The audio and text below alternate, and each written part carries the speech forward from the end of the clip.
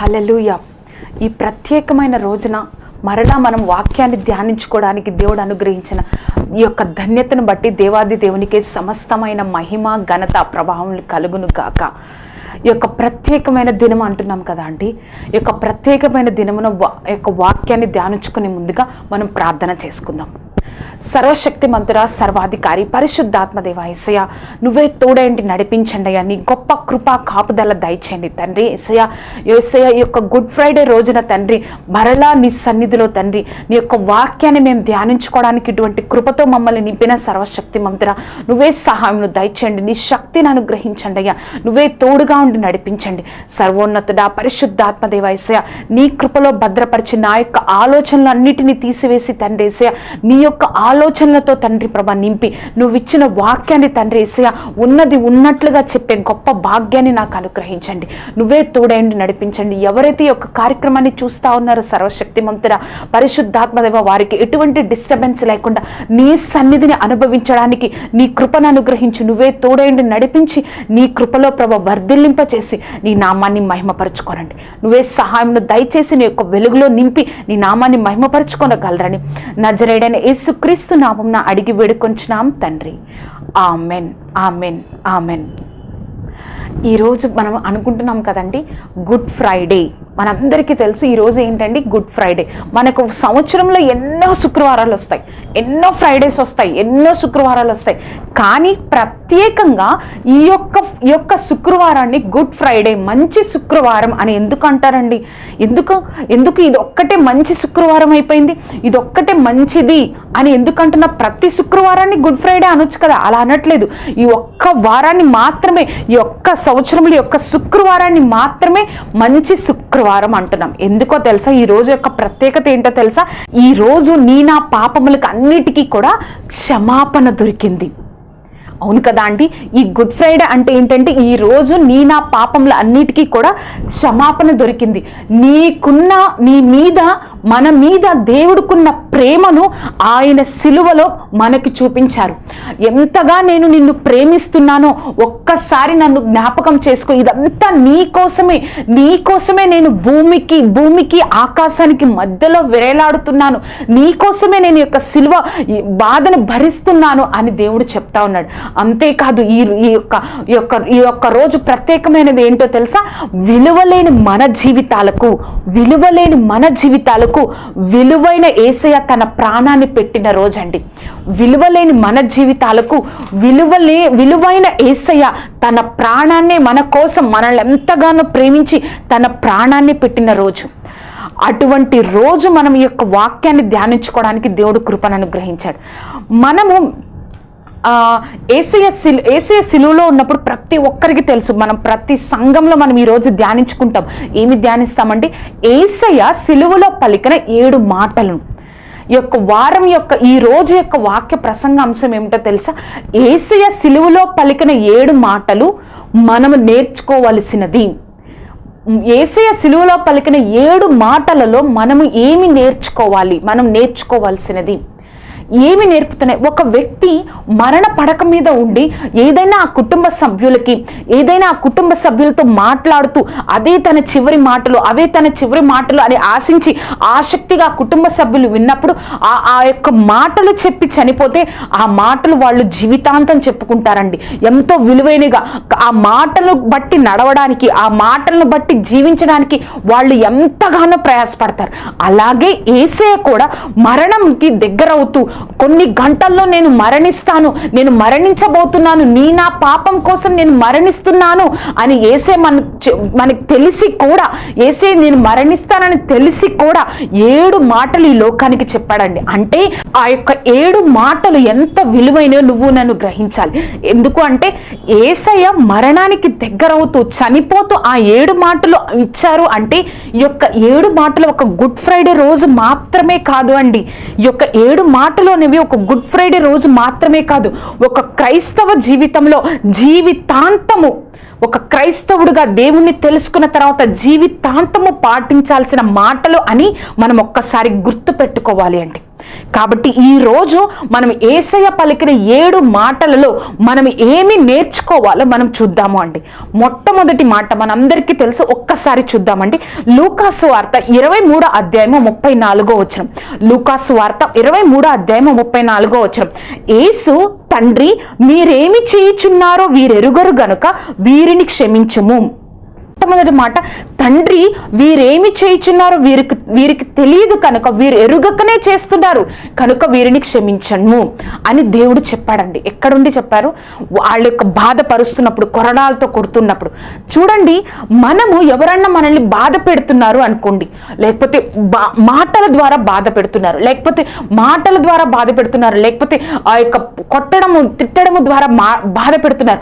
అప్పుడు మనం వెంటనే ఏం చేస్తాం? మనకి కోపం వస్తుంది, మనకి వెంటనే చాలా బాధ అనిపిస్తుంది. అనవసరంగా నన్ను తిడుతుంది, నేను ఏమి చేయకపోయినా నన్ను బాధపరుస్తుంది అని వెంటనే ఏం చేస్తామంటే మన కోపాన్ని వారి ఎదుట చూపించడం కోసం ఏం చేస్తాం? వెంటనే తిరిగి మాట్లాడతాం, వెంటనే తిరిగి వాళ్ళకి ఇవ్వాల్సినది, వాళ్ళకి ఎంతైతే మన కోపం ఉందో వాళ్ళ ఎదుటగా మనం ప్రదర్శించేస్తాం. నువ్వు ఇంతగా వాళ్ళకన్నా మనం ఎక్కువగా తిట్టి మన యొక్క కోపాన్ని చల్లబరుచుకుంటాం కదా అండి. కానీ ఈ క్షమాపణ, ఎవరైతే ఆ మాటలు బాధ కలిగినప్పుడు, వాళ్ళ హృదయానికి బాధ కలిగినప్పుడు ఎప్పుడైతే మౌనంగా ఉంటారో అది చాలా విలువైందండి. ఎప్పుడైతే క్షమిస్తారో అది గొప్పతనం అన్నమాట. అది దేవుని దృష్టిలో చాలా విలువైనది కూడా. మనం రివెంజ్ తీసుకుంటే ఒక 10 నిమిషాల్లో 5 నిమిషాల్లో అయిపోతుందండి. కానీ క్షమించడమే చాలా కష్టము అండి. మన బాధ అంతా, ఒకసారి మనల్ని బాధ పెట్టిన వాళ్ళని మనం తిట్టేస్తే ఒక 5 నిమిషాల్లో 10 నిమిషాల్లో ఒక అర్ధ గంటలో అంతా అయిపోతుంది. కానీ క్షమించడం అంటే అది వాళ్ళ యొక్క స్థితిని, వాళ్ళ యొక్క స్టేటస్ని, వాళ్ళ యొక్క పరిస్థితులను అన్నిటిని పక్కన పెట్టి ఆ యొక్క ఎదుటి వ్యక్తిని క్షమించడం, అది మన యొక్క క్రైస్తవ జీవితంలో చాలా ముఖ్యమైన విషయం. అందుకే యేసయ్య మరణాన్ని ఇస్తున్నప్పుడు కొన్ని గంటల ముందు వీరేమి చేస్తున్నారో వీరికి తెలియదు కనుక క్షమించండి అంటే మనము క్షమాపణ కలిగి ఉండాలి. ఒక క్రైస్తవుడిగా మనము క్షమాపణ కలిగి ఉండాలి అని యేసయ్య యొక్క వాక్యాన్ని మనకు చెప్పి ఉన్నారండి. క్షమాపణ, వీక్ పీపుల్ వాళ్ళు రివెంజ్ తీర్చేసుకుంటారంట. స్ట్రాంగ్ పీపుల్ ఎలా ఉంటారంటే, చాలా స్ట్రాంగ్ పీపుల్ ఏమంటారంటే ఫర్గివ్ చేస్తారంట, క్షమించేస్తారంట. కాబట్టి నువ్వు వీక్ పీపుల్గా ఉన్నావా, స్ట్రాంగ్గా ఉన్నావా ఒక్కసారి గుర్తుపెట్టుకోండి. యేసయ్య కూడా, అయ్యో యేసయ్యని కొరడాలతో కొడుతూ ఉన్నప్పుడు, అతని ముఖం మీద ఉమ్మ వేస్తూ ఉన్నప్పుడు, ముళ్ళ కిరీటం పెడుతున్నప్పుడు, ఆయన అపహసిస్తున్నప్పుడు, నా స్థితి ఏంటి, నేను వీరందరి కోసమే కదా మరణిస్తున్నాను, వీరే నన్ను ఈ విధంగా చేస్తున్నారే అని అనుకోలేదండి. ఆయన స్థితిని పక్కన పెట్టేశారు, ఆయన యొక్క గొప్పతనాన్ని పక్కన పెట్టారు, ఆయన యొక్క శక్తిని పక్కన పెట్టేసి, ప్రభువా తండ్రి వీరేమి చేస్తున్నారు, వీరు తెలియకనే చేస్తున్నారయ్యా, వీరిని క్షమించండి అంటే ఆ మాదిరికరమైన జీవితం మనము కూడా కలిగి ఉండాలని యేసయ్య మొట్టమొదటి మాట, మా సిలువలో పలికిన మాట, వీరు ఏమి చేస్తున్నారు, వీరు ఎరుగరు కనుక క్షమించండి. క్షమాపణ అనేది, నేను ఒక స్టేట్మెంట్ చదువుతానండి. క్షమాపణ అనేది ఏంటో, to forgive is to set a prisoner free and discover that the prisoner was you. నేను ఇంకొకసారి రిపీట్ చేస్తానండి. To forgive is to set a prisoner free and discover that the prisoner was you. అంటే ఏంటి అంటే, క్షమించడం అనేది చెరసాలలో ఉన్న ఖైదీని వదిలివేయడం లాంటిది. అంతేకాకుండా ఆ చెరసాలలో ఉన్న ఖైదీ ఎవరో తెలుసా, నువ్వు నేను అనే గుర్తించడం అంట. అర్థం కాలేదు కదండి. మనము ఎవరినైనా క్షమించకపోతే వాళ్ళ మీద కోపంతో, వాళ్ళ మీద ఒక చెడు తలంపులతో, ఒక ఆలోచనలతో, చాలా కోపంతో, అసూయతో, ఉద్రేకంతో మనం ఉంటాము. అంటే ఏంటి అంటే ఒక ప్రిజన్ లో ఉన్నట్టు, అంటే ఒక సాతానికి మనల్ని మనం అప్పగించుకున్నట్టు, దాని చెరలోనికి వెళ్ళిపోయినట్టు. అప్పుడు మనం ఎప్పుడైతే క్షమించేస్తామో దాని చెరలో నుంచి మనమే బయటకు వచ్చేస్తాం. Forgive is to set you prisoner free and discover that prisoner was you. నువ్వే ఆ యొక్క జైల్లో నుంచి, ఆ చెరసారలో నుంచి బయటికి రావడం ఫర్గివ్ అంటే. క్షమించడం అనేది ఒక క్రైస్తవ జీవితంలో ఒక మాదిరికరం అండి. ప్రతి ఒక్కరు ఎన్నో సాక్ష్యాలు చూసాం, ఎంతమందినో చూసాం. క్షమాపణ వలనే వాళ్ళు ఒక క్రైస్తవులుగా దేవుడి వైపు తిరిగిన వాళ్ళు ఉన్నారు. క్షమించే గుణం వలనే వారు ఎంతో మందిని, క్రైస్తవత్వాన్ని వారికి చూపించి దేవుడి యొక్క గొప్పతనాన్ని వారి జీవితాల్లో చూపించిన వారు ఉన్నారు. కాబట్టి అందుకే దేవుడు చెప్తున్నాడు, మొట్టమొదటిగా మీరు నేర్చుకోవాల్సింది ఏంటో తెలుసా? ఒక క్రైస్తవుడిగా నేను సిలువలో పలికిన మొదటి మాట ఫర్గివ్, క్షమాపణ. రెండవదిగా మనం చూద్దామండి, లూకాసు వార్త 23:43. నేడు నీవు నాతో కూడా పరదేశులో ఉందువని నిశ్చయముగా నీతో చెప్తున్నాను.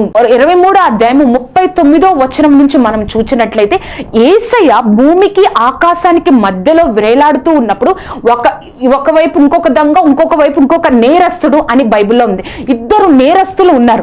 ఇద్దరు నేరస్తులు ఉన్నప్పుడు ఒకవైపు ఉన్న నేరస్తుడు, అది ఎడమ వైపు కుడివైపు క్లియర్ గా లేదు కదండి, ఒక నేరస్తుడు, ఒక వైపు ఉన్న నేరస్తుడు నువ్వు క్రీస్తువు కాదా, నిన్ను నువ్వు రక్షించుకో అని యేసయ్యని అడిగినప్పుడు ఇంకొక నేరస్తుడు ఏమంటున్నాడు అంటే, మనకు తగిన ఫలమును మనం అనుభవిస్తున్నాం, మనం అనుభవిస్తున్నాం, కానీ ఈయన ఏ తప్పిదము చేయలేదు అని చెప్పి ఆ యొక్క నేరస్తుడు ఇంకొక నేరస్తుడిని గద్దించి మనకు తగిన ఫలమును మనం అనుభవిస్తున్నాం, ఈ యొక్క యేసయ్య ఏమి చేయలేదు, నువ్వు ఏమి అనుకో అని చెప్పి యేసయ్య వైపు చూసి ఈ విధంగా అంటున్నాడు, నువ్వు పరదేశంలో వెళ్ళినప్పుడు నన్ను జ్ఞాపకం చేసుకున్నావా అంటే అప్పుడు వెంటనే యేసయ్య నిశ్చయముగా నువ్వు నాతో కూడా పరదేశంలో ఉందువు అని చెప్పారండి. ఇక్కడ మనం నేర్చుకోవాల్సింది ఏంటో తెలుసా? నీ పాప స్థితిని నువ్వు ఒప్పుకొని, నువ్వు గ్రహించి, నువ్వు ఒప్పుకొని ఆయన వైపు చూసి, ప్రభా నువ్వు నన్ను జ్ఞాపకం చేసుకో అని అడిగినప్పుడు, అని పశ్చాత్తాపడి అడిగినప్పుడు వెంటనే యేసయ్య ఆయన రాజ్యంలోనికి నిన్ను చేర్చుకుంటాడని చెప్పడానికి యేసయ్య నిశ్చయముగా నువ్వు నాతో కూడా పరదేశంలో ఉందువు అని ఈ లోకానికి చెప్పారండి. ముందుగా మనం చేయాల్సింది ఏంటి అంటే, మనకు తగిన ఫలితమే, మనం చేసిన వాటికి ఇది తగినదే అని అన్నాడు అంటే ఆయన పాప స్థితిని, ఆయన స్థితిని ఆ నేరస్తుడు గ్రహించాడండి. అంతేకాకుండా గ్రహించి వదిలేలేదు, యేసు వైపు చూచి, ఆయన వైపు చూచి, అంటే యేసు వైపు చూచి, ప్రభువా నువ్వు పరదేశంలో నీ రాజ్యంలో నన్ను జ్ఞాపకం చేసుకున్నావా అని అడిగినప్పుడు వెంటనే యేసయ్య నేను పరదేశంలో నువ్వు నిశ్చయముగా నువ్వు నాతో కూడా ఉంటావు. ఈ లోకానికి చెప్పేది ఏంటో తెలుసా? రెండో మాట వల్ల యేసయ్య ఏం చెప్తున్నారు అంటే, నువ్వు నీ పాపస్థితిని, ఎంతటి స్థితి అయినా నీ పాపస్థితిని నువ్వు తెలుసుకొని యేసయ్య వైపు చూచినట్లయితే ఆయన నిన్ను క్షమిస్తాడు, నిన్ను హక్కున చేర్చుకుంటాడు, ఆయన రాజ్యంలో స్థానం ఇస్తాడని చెప్పడానికి మాత్రమే యేసయ్య రెండో మాట చెప్పారండి. అంతేకాదు ఇదంతా యేసయ్య ఆ నేరస్తుడు మాట్లాడుకుంటున్నారు. పక్కనే మనం ఇది ఒక వాక్యాన్ని చదివామండి, 23:39 నుంచి మనం చదివాం లూకాసు వార్తలు. కానీ అక్కడ కళ్ళారా ఇంకొక నేరస్తుడు చూస్తున్నాడు. ఇచ్చేముగా నువ్వు నా పరదేశంలో ఉంటావు అని యేసయ్య ఇంకొక నేరస్తుడికి చెప్పినప్పుడు ఈ నేరస్తుడు కనీసం నోరు కూడా తెరవలేదండి, కనీసం ఏం మాట్లాడలేదు. నిశ్చయంగా నువ్వు పరలోకంలో ఉంటావు అన్నా కూడా ప్రభా నన్ను కూడా జ్ఞాపకం చేసుకో అని ఏమి మాట్లాడలేదు. ఆయనకి అడ్రస్ లేకుండా పోయిందండి. ఆయన ఏమైపోయాడు తెలీదు. కానీ ఈ దొంగ గురించి మనం ఇప్పుడు చెప్పుకుంటున్న ఆ పక్కన దొంగ గురించి ఎందుకు అంటే, పక్కనే ఉన్నారు యేసయ్య, అక్కడ క్షమాపణ దొరికింది, పరదేశంలో నువ్వు ఉంటావు అని కూడా చెప్పారు. అయినా కూడా అదంతా చూస్తూ కూడా మౌనంగా ఉండిపోయాడు. మనం కూడా చాలా మంది ఈ లోకంలో ఎంతో మంది యేసయ్య వైపు చూసి వారి జీవితాలు మార్చుకుంటున్నారే, నా జీవితం కూడా మార్చుకుందామే అన్న ఆశ కూడా ఉండదండి కొంతమందికి. నా జీవితం కూడా బాగుపడుతుంది, నా జీవితం కూడా సంతోషంగా ఉంటుంది అన్న ఆశ కూడా ఉండదు. వాళ్ళు ఇష్టానుసారంగా ఉంటారు ఆ దొంగవలే. ఇక్కడ యేసయ్య క్షమించాడే, ఆయన పరదేశంలో ఉంటానని చెప్పాడే, నేను కూడా అడిగితే యేసయ్య సాయం చేస్తాడే అని అన్నది కూడా లేకుండా సైలెంట్గా ఉన్నాడు. నువ్వు మొదటి దొంగవా, నువ్వు ఏ దొంగవి, ఏ నేరస్తుడు అని దేవుడు అడుగుతున్నాడు. నీ స్థితిని గమనించి యేసయ్య వైపు చూస్తే యేసయ్య నీకు పరలోకాన్ని ఇస్తాడు. మూడవదిగా మనం చూద్దామండి, యోహాను సువార్త 19వ అధ్యాయం 26-27 అండి. యేసు తన తల్లియు తాను ప్రేమించిన శిష్యుడును దగ్గర నిలుచుండుట చూచి, అమ్మా ఇదిగో నీ కుమారుడు అని తన తల్లితోనూ చెప్పెను. తరువాత శిష్యుని చూచి, ఇదిగో నీ తల్లి అని చెప్పెను. అక్కడ ఏం చేశారండి, మరియను చూసి మరియా యేసయ్యకి ఎన్ని సంవత్సరాల నుంచి అమ్మగారుగా ఉన్నారండి, ఈ లోకానుసారమైన తల్లిగా ఉన్నారు 33.5 సంవత్సరాల నుంచి. యేసయ్య ఈ మాట ఎప్పుడు చెప్పారండి, సిలువలో వేలాడుతున్నప్పుడు, అంటే భూమికి ఆకాశానికి మధ్యలో వేలాడుతున్నప్పుడు, అయ్యో నేను నా పని అయిపోయింది, నేను కొన్ని నిమిషాల్లో చనిపోతాను, ఇంకేముంది అనుకోలేదు. కానీ ఈ లోకానికి ఒక బాధ్యతగా ఒక మాదిరికరంగా ఉండాలి అని, నీ బాధ్యతను నువ్వు మర్చిపోకూడదు అని చెప్పడానికి సిలువలో వేలాడుతూ కూడా ఆ కింద ఉన్న శిష్యుల్ని చూసి అమ్మా ఇదిగో నీ కుమారుడు, నేను ఇప్పటి వరకు నువ్వు నాతో ఉన్నావు కదా, ఇప్పుడు ఈ కుమారుడితో ఉండు. ఆ కుమారుడిని చూసి ఇదిగో నీ తల్లి, అంటే ఆ తల్లి యొక్క బాధ్యత నేను ఇప్పటి వరకు తీసుకున్నా, ఇప్పుడు నువ్వు తీసుకో. అంటే ఈ లోకానికి దేవుడు చెప్పేది ఏంటో తెలుసా, నీ కుటుంబస్తుల పట్ల, నీ కుటుంబ సభ్యుల పట్ల నువ్వు బాధ్యత తీసుకోవాలి, బాధ్యత కలిగి ఉండాలి. దేవుడు నీకు ఏదైతే కుటుంబంలో ఉంచారో, ఏదైతే కుటుంబాన్ని నీకు అనుగ్రహించారో, ఆ కుటుంబ సభ్యుల మధ్య నువ్వు బాధ్యత వహించాలి. యేసయ్య 33.5 సంవత్సరాలు ఉన్నప్పుడే ఒక బాధ్యతగా ఆ తల్లిని సిలువలో ఉన్నప్పుడు ఒక బాధ్యత తీసుకున్నారే. నీ వయసు ఎంత అండి, నీ వయసు ఎంత? మీ తల్లి గారు 60 సంవత్సరాలు ఉన్నారా, 70 సంవత్సరాలు ఉన్నారా? నీకు ఇప్పుడు ఎంత వయసు ఉంది? 40, 45, 50. నువ్వు ఎంత బాధ్యత తీసుకోవాలండి. ఆయన ఒక్కసారి అడుగుతున్నారు, నువ్వు నీ కుటుంబం పట్ల బాధ్యత కలిగి ఉన్నావా? నీ తల్లిదండ్రుల పట్ల బాధ్యత కలిగి ఉన్నావా? నీ యొక్క తమ్ముడి పట్ల బాధ్యత కలిగి ఉన్నావా? నీ చెల్లి పట్ల, నీ భార్య పట్ల, నీ బిడ్డల పట్ల బాధ్యత కలిగి ఉన్నావా? నీ కుటుంబం పట్ల బాధ్యత కలిగి ఉండాలని చెప్పడానికే దేవుడి యొక్క మాటను చెప్పాడండి. బాధ్యత కలిగి ఉండు, నువ్వు బాధ్యత కలిగి ఉండాలి అని చెప్పి ఒక మాదిరికరంగా 33.5 సంవత్సరాలే నేను ఉన్నాను, నా పని అయిపోయింది, నేను వెళ్ళిపోతున్నా, ఎవరొకరు చూసుకుంటారులని వదిలేదు. కానీ బాధ్యత మనల్ని గుర్తు చేయడానికి, ఈ లోకానికి చెప్పడానికి దేవుడు ఈ మాట, 3వ మాట చెప్పి ఉన్నారండి. బాధ్యత కలిగి ఉండాలి. 4వదిగా మనం చూస్తున్నామండి, మార్కు సువార్త 15వ అధ్యాయం 34వ వచనం. 3 గంటలకు యేసు ఎలోయిం ఎలోయిం లామా సబక్తానీ అని బిగ్గరగా కేక వేసెను. ఆ మాటకు నా దేవా నా దేవా నన్ను ఎందుకు చెయ్యి విడిచితివి అని అర్థము. ఈ మాటను చూసినట్లయితే, ఈ మాట చెప్తున్నప్పుడు యేసయ్య దగ్గర, ఆయన దగ్గర ఎవరూ లేరండి. ఆయన ఎక్కడున్నారు? మరలా చెప్తున్నాండి, భూమికి ఆకాశానికి మధ్యలో వేలాడుతున్నారు, ఒంటరిగా ఉన్నారు. అంతేకాదు, ప్రార్థనతో సంపాదించుకున్న శిష్యులు కూడా చల్లా చెదరైపోయారు, ఎక్కడికెక్కడో వెళ్ళిపోయారు. ఎలా అయిపోయారంటే యేసయ్య ఒంటరిగా అయిపోయారు. మనం ఈ మాట వినగానే ఎడారి లాంటి జీవితం అయిపోయింది యేసయ్యకి. మనిషి అందరూ ఉన్నట్లే ఉన్నారు, కానీ ఎవ్వరూ ఆయనకి తోడుగా లేరు. ఆ యొక్క శ్రమలో ఆయనకి ఎవ్వరూ తోడుగా లేరు. ఎడారి లాంటి జీవితం అయిపోయింది. ఈ మాట మనం వినగానే, నా దేవా నా దేవా నన్నెందుకు చేయి విడిచివిది అంటే ఒక నెగిటివ్ థాట్ వచ్చేస్తుంది కదండి. అంటే తండ్రి అయిన దేవుడు యేసయ్య చేయిని విడిచిపెట్టారా అని కాదు అండి. యేసయ్య చేయిని విడిచిపెట్టడం కాదు. ప్రభా, ఎవ్వరూ లేకపోయినా, ఎవ్వరు నాకు తోడు లేకపోయినా, నాతో ఉన్న శిష్యులు నాకు లేకపోయినా, ఎడారి లాంటి జీవితం నాకు అయిపోయినా కూడా నేను నీతోనే ఉంటాను ప్రభా, నేను నీతోనే ఉంటాను ప్రభా అని మనకు చెప్పడానికి, నువ్వు నీ జీవితం ఎంత దైన్య స్థితిలో ఉన్నా, నీకు ఎవ్వరూ లేకపోయినా, నీ స్థితి ఎంత ఎడారిలాగా అయిపోయినా, ఎటు కూడా ఒక నిరీక్షణ కనబడకపోయినా, నేను నీతోనే ఉంటాను ప్రభా అని చెప్పాలని, నువ్వు దేవుడితోనే ఉంటేనే నీకు ఆశీర్వాదం అని చెప్పడానికి యేసయ్య సిలువలో నా దేవా నా దేవా కోపంగా చెప్పలేదండి. 2 సార్లు చాలా వినయపూర్వకంగా నా దేవా నన్నేలా చెయ్యి విడిచితివి, నాకెవ్వరూ లేకపోయినా నేను నీతోనే ఉంటానని వినయం ఘనంగా గౌరవంగా దేవుడు చెప్పారండి. మనం ఒక్కటి గుర్తుపెట్టుకోవాలి, నా జీవితం ఎంతో మందికి ఒక ప్రశ్న అయి ఉండొచ్చండి. వారికి కాదు, మనకే మన జీవితం ఒక ప్రశ్న అయి ఉండొచ్చు. కానీ ఒక్కటి గుర్తుపెట్టుకోవాలండి, నీ జీవితం నా జీవితం మనకి ప్రశ్న వచ్చేమో, కానీ నిన్ను నన్ను సృష్టించిన దేవుడికి ప్రశ్న కాదండి. అదే దేవుడు చెప్తున్నాడు, నా దేవా నన్ను నేల చేయి విడిచితివి. నీ స్థితి ఎలాంటిదైనా, నీ పరిస్థితి ఎలాంటిదైనా నీకు ప్రశ్న వచ్చేమో, కానీ దేవుడికి ప్రశ్న కాదు. కాబట్టి నువ్వు దేవుడితోనే ఉండాలి. 5వదిగా మనం చూద్దాము, యోహాను సువార్త 19వ అధ్యాయం 28వ వచనమండి. అటు తర్వాత సమస్తమును అప్పటికి సమాప్తమైందని యేసు ఎరిగి లేఖనములు నెరవేరినట్లు నేను దప్పిక గొనుచున్నాను. I thirst. అక్కడ యేసయ్య 33.5 సంవత్సరాలు శరీరానుసారంగా ఉన్నారు కాబట్టి అక్కడ లోకానుసారంగా మనకు వచ్చే దప్పిక బట్టి యేసయ్య మాట్లాడుతున్నాడు. దప్పిక గొనుచున్నాను అని చెప్పినప్పుడు అక్కడ ఉన్న సైనికులు ఏం చేశారంటే ఒక చేదు చిరకను యేసయ్యకి ఇచ్చారు.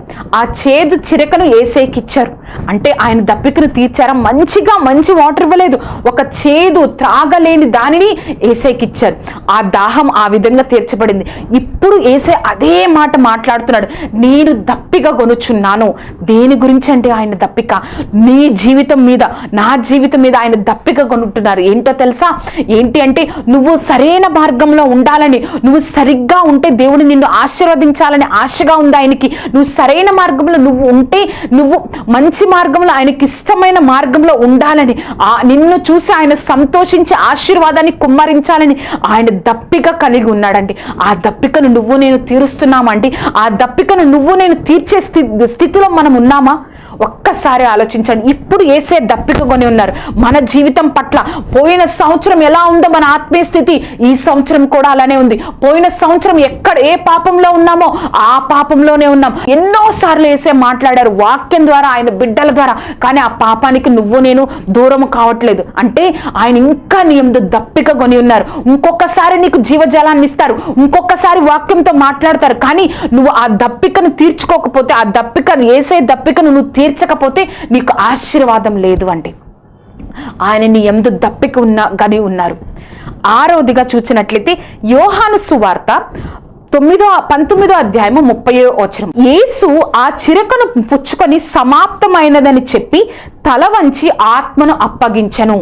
యేసు పుచ్చుకొని సమాప్తమైనదని చెప్పి తల వంచి ఆత్మను అప్పగించెను. It is finished. ఇంగ్లీష్లో ఉంటుంది కదండి, ఇట్ ఈస్ ఫినిష్డ్ అంటే ఏంటి? ఏమి ఫినిష్ అయిపోయింది అంటే ఇంకా నేను చచ్చిపోతున్నాను, నా పని అయిపోయింది అని యేసయ్య అది కాదండి. ఆయన యొక్క జీవితానికి అంతము లేదు. ఆయన యొక్క జీవితానికి, యేసయ్య జీవితానికి అంతం అనేది లేదు. మరి ఏమి ముగించబడింది, ఏమి సమాప్తమైంది? అక్కడ ఏమి సమాప్తమైందో తెలుసా? ప్రభువా, నువ్వు నాకిచ్చిన పని, ఈ లోకంలో నువ్వు నన్ను ఎందుకు పంపించావో, ఎందుకోసం నువ్వు నాకు ఈ లోకంలో పంపించావో 33.5 సంవత్సరాల తర్వాత నేను దాన్ని ముగించాను కాబట్టి అది సమాప్తమైనది అని చెప్పారు. అంతేకాకుండా యేసయ్య శిలువలో ఏమి సమాప్తం చేశారో తెలుసా? నీ నా శాపాన్ని సమాప్తం చేశారు, నీ నా యొక్క శోధనని సమాప్తం చేశారు, నీ నా యొక్క పాపాన్ని సమాప్తం చేశారు. యేసయ్య మన యొక్క పాపాన్ని, శాపాన్ని ప్రతి ఒక్కటిని సిలువలో భరించి అన్నిటినీ సమాప్తం చేశారండి. అన్నిటినీ సమాప్తం చేశారు. 7వదిగా లాస్ట్ పాయింట్ చూద్దామండి. లూకాసు వార్త 23వ అధ్యాయము 46వ వచనం. లూకాసు వార్త 23వ అధ్యాయము 46వ వచనం. అప్పుడు యేసు గొప్ప శబ్దంతో కేక వేసి, తండ్రి, నీ చేతికి నా ఆత్మను అప్పగించుచున్నాను అని చెప్పి ఆయన ఇలాగూ చెప్పి ప్రాణము విడిచెను. అక్కడ చూసినట్లయితే నీ చేతికి నా ఆత్మను అప్పగించుచున్నాను. ప్రభా, ఏం చెప్తున్నారంటే యేసయ్య, ప్రభా ఈ జీవితం నాది కాదయ్యా, నువ్విచ్చిన జీవితం, ఈ జీవితం నాది కాదు. కాబట్టి నీ చేతికే నా ఆత్మను నేను అప్పగించేస్తున్నా, నీ చేతికే నా యొక్క జీవితాన్ని అప్పగించేస్తున్నా అని చెప్పడానికే యేసయ్య యొక్క మాటను పలికారండి. ఒక వాక్యాన్ని మనం చూద్దామండి. కీర్తనల గ్రంథము 31వ అధ్యాయము 5వ వచనం. కీర్తనలు 31:5లో, నా ఆత్మను నీ చేతికి అప్పగించుచున్నాను, యెహోవా సత్యదేవా, నన్ను విమోచించిన వాడవు నీవే. మనము కూడా అండి దేవుడే మనల్ని పాపాల నుంచి విమోచించాడు, దేవుడే మనల్ని బ్రతికిస్తున్నాడు, దేవుడే మనల్ని చూసుకుంటున్నాడు. కాబట్టి మనము కూడా అప్పగించాలి. ప్రభా, ఈ జీవితం నాది కాదయ్యా, ఈ బ్రతుకుతున్న ఈ జీవితం నాది కాదు, ఈ యొక్క జీవితం నాది కాదు, నువ్వు రక్తం ఇచ్చి కొనుక్కున్న జీవితం నాది. కాబట్టి ఈ యొక్క జీవితాన్ని నీకే అప్పగిస్తున్నా, నీ ఇష్టానుసారంగా నువ్వు నడిపించుకో, నీ చిత్తానుసారంగా నేను లోబడడానికి నాకు సహాయం చేయి అని నువ్వు చెప్పాలని, అని మాదిరికరమైన జీవితంగా నువ్వు జీవించాలని యేసయ్య యొక్క మాటను చివరిగా, నా ఆత్మను తండ్రి, నా ఆత్మను నీ చేతికి అప్పగిస్తున్నాను అని యేసయ్య చెప్పి ఉన్నారండి. చూసారా అండి, ఈ యొక్క గుడ్ ఫ్రైడే రోజున 7 మాటలు మనము ఒక గుడ్ ఫ్రైడే రోజు మాత్రమే కాదండి, ప్రతిరోజు మనం చూసుకొని మనకు మనం సరి చేసుకోవాలి. మొట్టమొదటిగా ఏంటి అంటే క్షమాపణ అనేది చాలా శక్తివంతమైనదండి, దేవుని దృష్టిలో చాలా విలువైనది. రెండవదిగా ఏంటి, నువ్వు నేను మన పాపాన్ని గ్రహించి మన పాప స్థితిని తెలుసుకొని ఆయన వైపు మనం చూడగలిగితే ఏం జరుగుతుందండి, తప్పకుండా దేవుడు ఎవరిని తోసివేయక మనల్ని ఆయన చేర్చుకొని ఆయన రాజ్యంలో చోటిస్తాడు. మూడవదిగా ఏంటి అంటే మనము మన కుటుంబ సభ్యుల ఎడల బాధ్యత కలిగి ఉండాలండి. మనకి ఏదైతే కుటుంబాన్ని ఇచ్చారో, ఏ చిన్న కుటుంబమా పెద్ద కుటుంబమా, ఏది కుటుంబాన్ని ఇచ్చారో మన కుటుంబం ఎడల బాధ్యత కలిగి ఉండాలి. నాలుగవదిగా ఏంటంటే, నా పరిస్థితులు ఎలా ఉన్నా ప్రభా నేను నీతోనే ఉంటాను అని చెప్పగలగాలి. నా పరిస్థితి ఎలాగైనా ఎడారి జీవితమేమో కానీ నేను నీతోనే ఉంటాను ప్రభా. ఐదవదిగా, ప్రభా నీ యొక్క దాహాన్ని నేను తీరుస్తాను, ఈ లోకానుసారంగా నేను జీవించను, నీ యొక్క శక్తిని నా జీవితం ద్వారా ఈ లోకానికి చూపిస్తాను, నీకు ఇష్టమైన బిడ్డగా ఉంటాను, నీ యొక్క దాహాన్ని నేను తీరుస్తాను అని మనం చెప్పగలగాలి. ఆరవదిగా సమాప్తమైనది, ప్రభా నువ్వు ఎందుకోసం నన్ను ఈ లోకంలో ఉంచావో ఆ యొక్క పనిని, ఆ యొక్క చిత్తాన్ని నేను పూర్తిగా చేస్తాను, నేను చేయడానికి ప్రయాసపడతాను, నువ్వు నన్ను ఈ లోకంలో ఉంచినంత వరకు దానికోసం ప్రయాసపడి ప్రతి ఒక్క పనిని నేను సమాప్తం చేస్తాను అని చెప్పగలగాలి. ఏడవదిగా ఏంటి అంటే, ప్రభా ఈ జీవితం నాది కాదయ్యా, ఈ ఆత్మ నాది కాదు, ప్రతిదీ నీదే, నీకే అప్పగిస్తున్నాను, ఎందుకంటే నువ్వు నా విమోచకుడువు అని మనం చెప్పగలగాలండి. చూడండి, ఈ గుడ్ ఫ్రైడే రోజేనా అండి 7 మాటలు? కాదు కదా. మన జీవితంలో ప్రతిరోజు నెంబర్ వేసుకొని ప్రతిరోజు నేను అలా ఉన్నానా లేదా అని చెక్ చేసుకున్నప్పుడు నిజంగా దేవుడు సంతోషిస్తాడండి. ఈరోజు ఏ రోజో తెలుసా? మన పాప చరిత్ర ముగిసిపోయిన రోజు, మన పాపం యొక్క చరిత్ర ముగిసిపోయిన రోజు.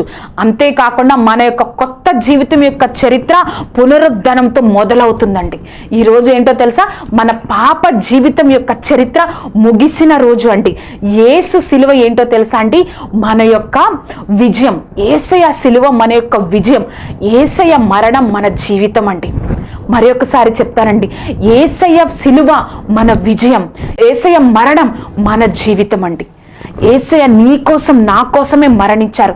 ఈ 7 మాటలు చనిపోయినప్పుడు ఎంత విలువిస్తామో, యేసయ్య కూడా ఆయన మరణించే ముందు 7 మాటలు చెప్పారు అంటే మనం ఎంతగా ఈ మాటల ద్వారా మనల్ని మనం సరి చేసుకోవాలి.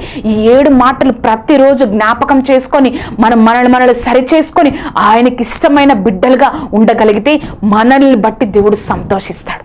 మనం ప్రార్థన చేసుకుందామండి. సర్వశక్తిమంతురా, పరిశుద్ధాత్మ దేవా యేసయ్య, నీ గొప్ప కృపయ్య, నీ గొప్ప కాపుదల తండ్రి, ఎంతో గొప్ప ధన్యతనిచ్చావయ్యా యేసయ్య. ఆశ్చర్యకరుడా తండ్రి, మేము నీ యొక్క గుడ్ ఫ్రైడే రోజున తండ్రి, నువ్వు మరణించిన రోజున సర్వశక్తిమంతుడ ఆశ్చర్యకరుడా ప్రభా 7 మాటలను ప్రభా మేము ధ్యానించుకోవడానికి నీ కృపను, నీ గొప్ప కార్యాన్ని మాకు అనుగ్రహించిన సర్వశక్తిమంతుడ ప్రభా, ఈ యొక్క రోజు మాత్రమే కాదు కానీ తండ్రి, ప్రతిరోజు మా జీవితాల్లో యొక్క 7 మాటలను ప్రభా మమ్మల్ని మేము సరి చేసుకొని నీ బిడ్డలుగా, నీకు ఇష్టమైన బిడ్డలుగా ఉండడానికి సహాయం దయచేయండి. క్షమాపణ కలిగి ఉండడానికి సహాయం దయచేయండి అయ్యా. మా పాప స్థితిని ఒప్పుకోవడానికి మాకు సహాయం దయచేయండి. మా కుటుంబం ఎడల బాధ్యత కలిగి ఉండడానికి సహాయం దయచేయండి. ఎటువంటి స్థితి అయినా మేము నీ నుంచి విడిపోకుండా ఉండడానికి సహాయం దయచేయండి. నీకు ఇష్టమైన బిడ్డగా ఉండి మేము దప్పిక తీర్చడానికి సహాయం దయచేయండి ప్రభా. అంతేకాకుండా నీవు ఇచ్చిన పనిని, నీ చిత్తాన్ని నెరవేర్చడానికి తండ్రి మేము సమాప్తం చేయడానికి సహాయం దయచేయండి ప్రభా. చివరిగా తండ్రి, నీ జీవితం నాది కాదయ్యా, ఈ జీవితం నీదయ్యా, విలువ పెట్టి నువ్వు కొనుక్కున్నావు ప్రభా అని చెప్పడానికి ప్రభా, ఆ విధంగా జీవించడానికి మాకు సహాయం దయచేసి ఈ యొక్క కార్యక్రమాన్ని ఎవరైతే చూస్తున్నారో తండ్రి, వాక్యానుసారమైన జీవితాలు జీవించే గొప్ప భాగ్యాన్ని వారికి అనుగ్రహించి నువ్వే తోడేండి నడిపించి నీ గొప్ప కృపలో వారిని వర్ధిల్లింపచేసి నీ నామాన్ని మహిమపరచుకోనండి. సర్వశక్తిమంతుడ, ఈ గొప్ప భాగ్యాన్ని మాకు అనుగ్రహించినందుకు వందనాలు. నువ్వే తోడుగా ఉండి నడిపించి నీ కృపలో వర్ధిల్లింప చేయగలరని నజరేయుడైన యేసుక్రీస్తు నామమున అడిగి వేడుకొంచున్నాం తండ్రి. Amen, amen. ఈరోజు యేసయ్య సిలువ మన జీవితం, యేసయ్య మరణం మన విజయం. దేవుడు మిమ్మల్ని దీవించును గాక. ఆమెన్.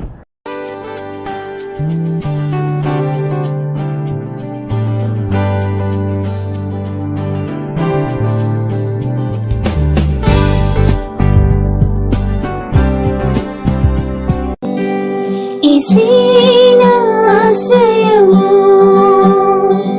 ఈశీ